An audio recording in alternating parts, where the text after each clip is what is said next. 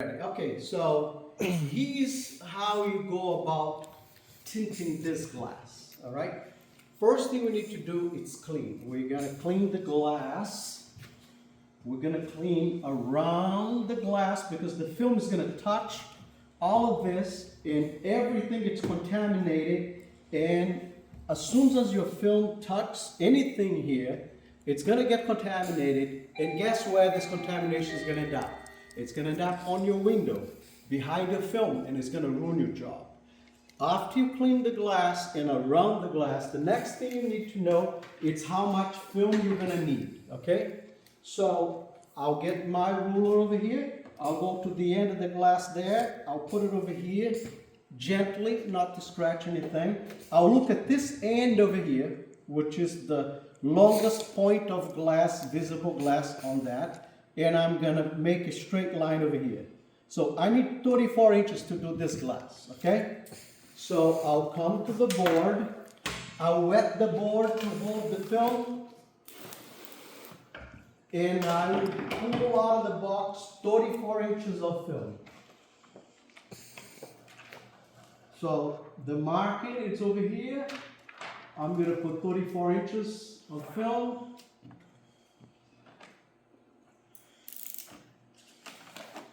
I am going to wet the glass to hold the film for me. And now I am going to bring my film through the board to the glass, and I'm going to make my markings. Now, there are several different options to cut this glass, to cut this film on the glass.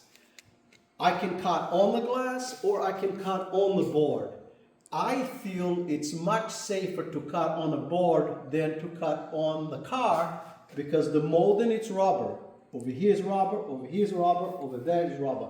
You do not want to cut the rubber, and this is glass. You don't want to scratch the glass. This is paint. You don't want to scratch the paint. So next thing I'll do, I have the film level on this molding over here, and I'm going to anchor the film so that it doesn't move on me.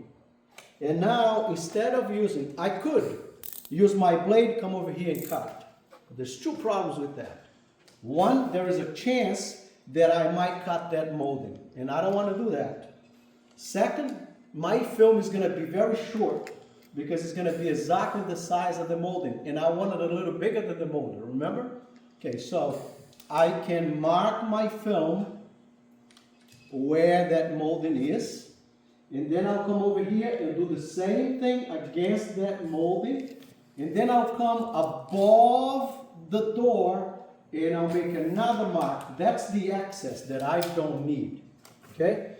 I'm going to get this film out of the way here. The board is already wet, so I'm going to take my film. I'm going to bring it back to the board. See the line?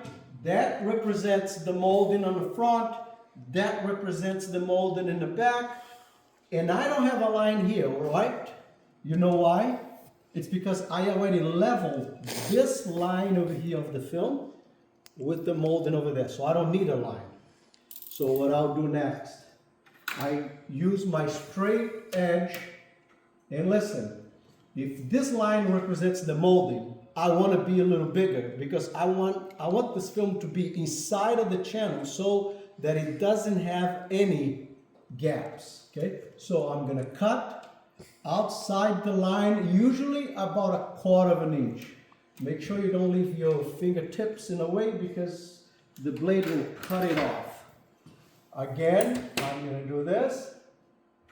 Now, you can do this freehand, okay? You can cut this line freehand if you're capable. It's not a problem, because this line is going to disappear inside of the channel if you do everything right. Now I am going to cut the bottoms, and the reason I cut the bottoms, it's simple. Those bottoms of the film, they are going to go beyond what is visible here. This glass runs on a rubber channel that it's inside of here, and you don't know how perfect that rubber channel is. if there is an obstruction for the film that is going to be touching all the time, the edge of the film, that's why I trim it, okay? So that I don't take a chance of picking on something as the glass goes down and then peeling up, okay? So now that I have 3 sides done, front, back, and bottom, now I'm going to bring the film back to the car, and I'm going to put the film exactly where it was before.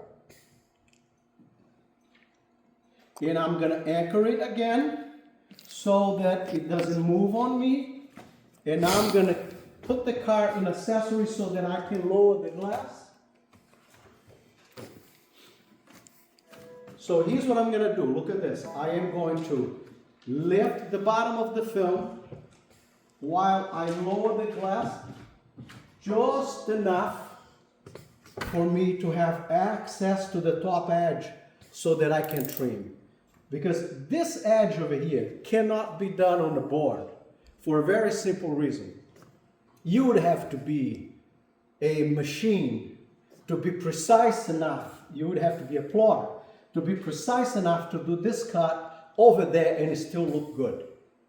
Because remember this cut is going to disappear, this cut is going to disappear, this cut is going to disappear. The only cut that is visible all the time is this cut unless the glass is closed.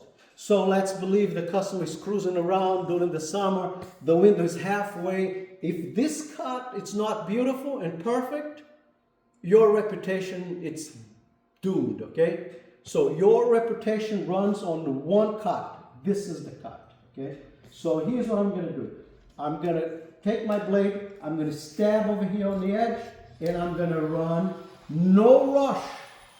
You don't have to rush to make this cut, but you shouldn't stop either. When you start, you should go from beginning to end in one motion so that you don't leave marks in the middle of your cut. Anywhere you stop over here, you're going to leave a little mark. You don't want that, okay? So from that point on, I'm going to bring it back to the board so that I can finish the top parts of the edges. And when, of course, I'm away from the molding over there, so I left a little piece off. What I'm going to do, a little piece on, and I'm going to cut it off. And what I'll do is I'll follow a straight line like on my Easy Reach. And now I'm going to round it up because you don't want that to be square. You want that to be round. And I'm going to round it up this top too. Okay, my film it's almost ready to be installed.